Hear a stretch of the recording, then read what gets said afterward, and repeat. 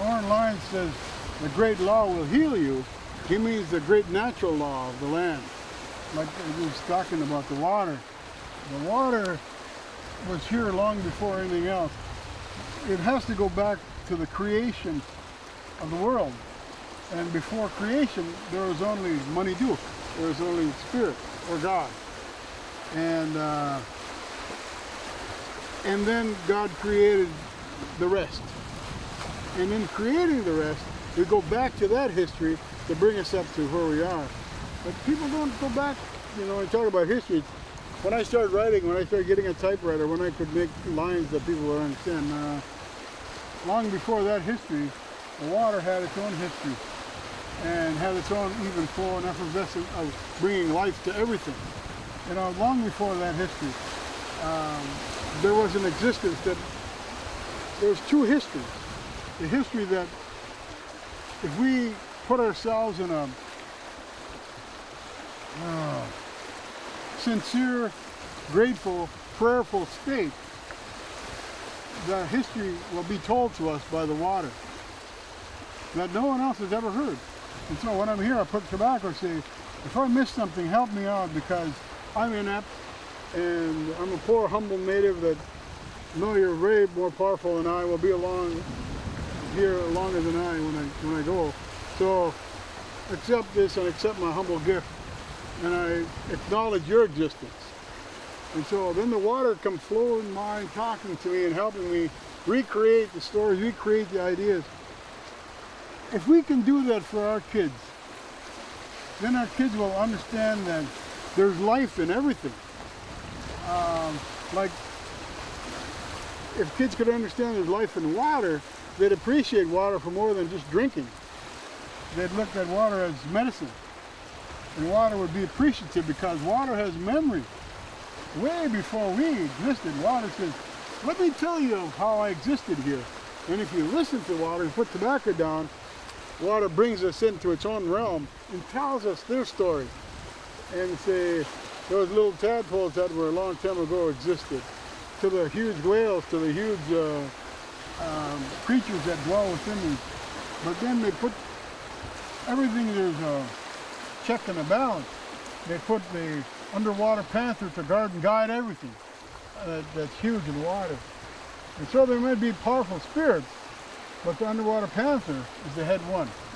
And so in understanding that history, water lets the underwater panther not be seen or to be seen, depending on however it chooses. And sometimes people meet to see the underwater panther, and up it'll come and, whoa, what's that? And you think, I'm getting out of here. And the underwater panther may have shown itself for two reasons. One, to show you that I'm in charge of these waters, or to say, you're too close. And either one, you appreciate that. You don't say, all right, I'm going to get closer, and so I'll give you more tobacco. So you, no, no, no. You have to understand that message. And the more you listen with the heart and with the mind and with the senses, the more the water speaks to you. And water has life. And when we can tell people across the nations that we must appreciate the water because of the memories it has, look at all the things that happened in this land, on our globe, that had to do with water. And water can tell us its story if we listen. Two histories. The history of the beginning of the creation and our history as we begin to develop with it. And so there's always two histories. And the history we know, sometimes we say, Bizindan ama cha'aya'eg.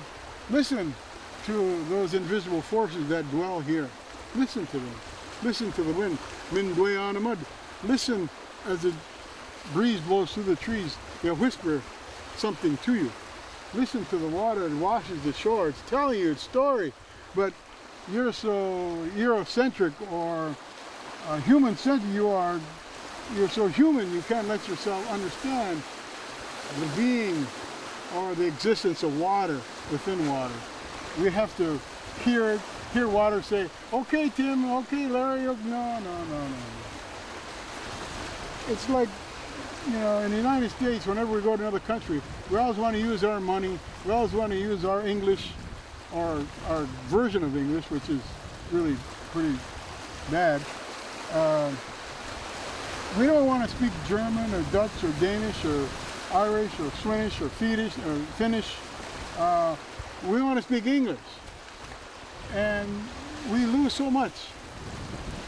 And so, like that, if you listen to the language of the water, without trying to hear it say hi, hello, if we listen to it, it'll start talking to us. We'll say, no, I get it.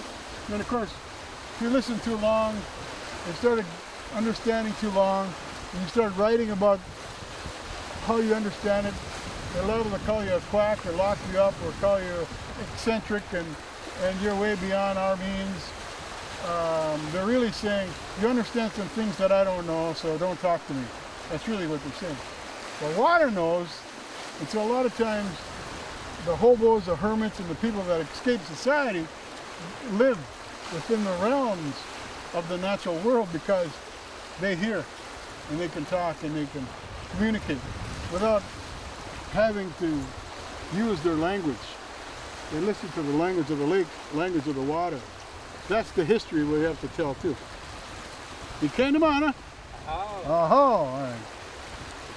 You ready?